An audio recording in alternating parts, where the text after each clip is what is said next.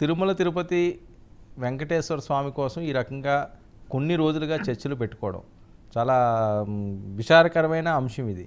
ఎందుకంటే కోట్లాది మంది భక్తుల మనోభావాలతో ముడిపడిన అంశం. ఇదేదో ఒక ఎన్నికల కోసమో లేకపోతే వేరే అంశాల కోసమో ఒక పాలన కోసమో మాట్లాడుకోవడం కాదు, ఒక అవినీతి కోసం మాట్లాడుకోవడం కాదు. అపచారం, క్షమించరాని ద్రోహం, అన్యాయం జరిగిందో జరగలేదో తెలియని పరిస్థితి. పవన్ కళ్యాణ్ గారు చాలా ఆవేదన వ్యక్తం చేశారు, ఆవేశపూర్వకంగా మాట్లాడారు. దాని మీద వైఎస్ఆర్సీపీ వాళ్ళు తమదే స్టైల్లో సెటైర్లు వేస్తున్నారు. అంబటి రాంబాబు గారు, ఎందుకంటే పవన్ కళ్యాణ్ గారు మాట్లాడితే ముందు వరుసలో ఉండేవాళ్ళు పేరు నాని గారు, అంబటి రాంబాబు గారు, రోజా గారు. మరి ఫస్ట్ అయితే ఈయన ఎంట్రీ ఇచ్చారు. మరి మిగతా ఇద్దరు మరి రేపు ఏమైనా ఎంట్రీ ఇస్తారేమో చూద్దాం. ఒకసారి బయట వినండి. ఇందాక పవన్ కళ్యాణ్ గారు మాట్లాడినంతా మీరు విన్నారు. అందులో ఏమైనా పొరపాట్లు ఉన్నాయా, తప్పులు ఉన్నాయా చెప్పండి. ఆయనకి ఈయన ఇచ్చే ఈ style counter please. Pawan Kalyan గారు నిన్న ప్రాయశ్చిత్త దీక్ష ప్రారంభించారు. ఇవాళ కనకదుర్గమ్మ గుడి దగ్గరికి వెళ్ళి మెట్లను కడిగారు. పవన్ కళ్యాణ్ గారు, మేము తప్పు చేస్తే మీరు మెట్లు కడగటం ఏంటండి? మేము తప్పు చేసామని నిరూపించండి, నీ బూట్లు తుడుస్తా నేను. మేము తప్పు చేసామని నిరూపించు. లడ్డూ ప్రసాదంలో జంతువులు కొవ్వు కలిసింది, ఆ నువ్వు నిరూపించు, నీ బూట్లు తుడిచే కార్యక్రమం చేస్తాం. ఏంది డ్రామాలు? అదేమంటే ఆయన ఏమన్నాయంటే హిందూ దేవాలయాలు.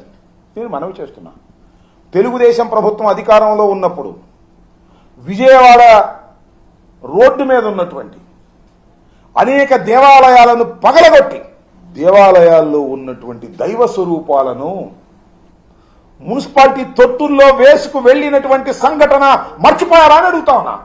ఆ రోజు ఎందుకు మాట్లాడలేదు? సనాతన ధర్మం మీద ఇంత ప్రేమ భక్తి ఉన్నటువంటి పవన్ కళ్యాణ్ గారు ఆ రోజు మీరు ఎందుకు మాట్లాడలేదు అని అడుగుతా ఉన్నా. ఇవాళ మా మీద రాజకీయంగా కక్ష తీర్చుకోవడం కోసం మీరు ప్రయత్నం చేసేటటువంటి ప్రయత్నం చేస్తున్నారు. ఇది తప్పు కదా? ఇది సాంప్రదాయమా? దీన్ని భగవంతుడు క్షమిస్తాడా? భూమన కరుణాకర్ రెడ్డి వెళ్ళి హైడ్రామా క్రియేట్ చేశాడంట. ఎవరిది హైడ్రామానో ఎవరిది హైడ్రామా కాదో చూస్తున్నటువంటి ప్రేక్షక మహాశయులు నిర్ణయించాలి అని.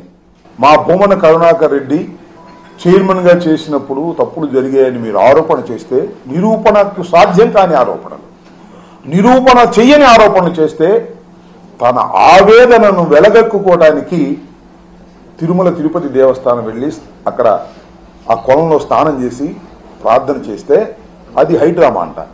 మరి ఇదేంటి? ఏమండి పవన్ కళ్యాణ్ గారు, ఇది హైడ్రామా కాదా?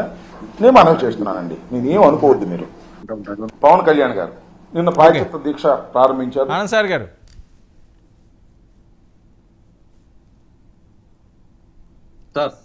సార్ వినిపిస్తుందా? వినపడుతుందండి. ఇది పవన్ కళ్యాణ్ గారి మాటలకి అంబటి రాంబాబు గారు జరుగుతున్న అంశాలు, తెలుగుదేశం పార్టీని కూడా ఈయన మాట్లాడిన పరిస్థితి.